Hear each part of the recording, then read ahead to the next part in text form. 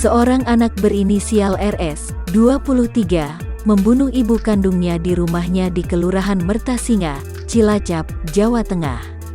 Insiden itu terjadi pada Rabu, tanggal 8 September tahun 2021, sekira pukul 10 waktu Indonesia Barat. RS membunuh ibunya dengan cara melukai leher sang ibu menggunakan parang.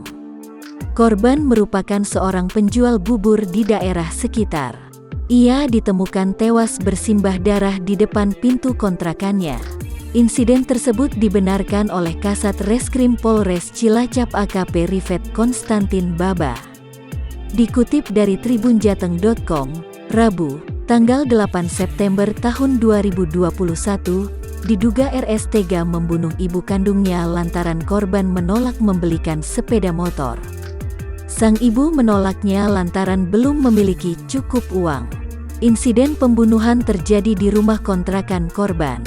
Saat itu tetangganya sempat mendengar keributan antara pelaku dan korban lalu datang untuk melerai. Namun pelaku malah menuju ke dapur dan langsung mengambil parang lalu melukai leher korban hingga tewas.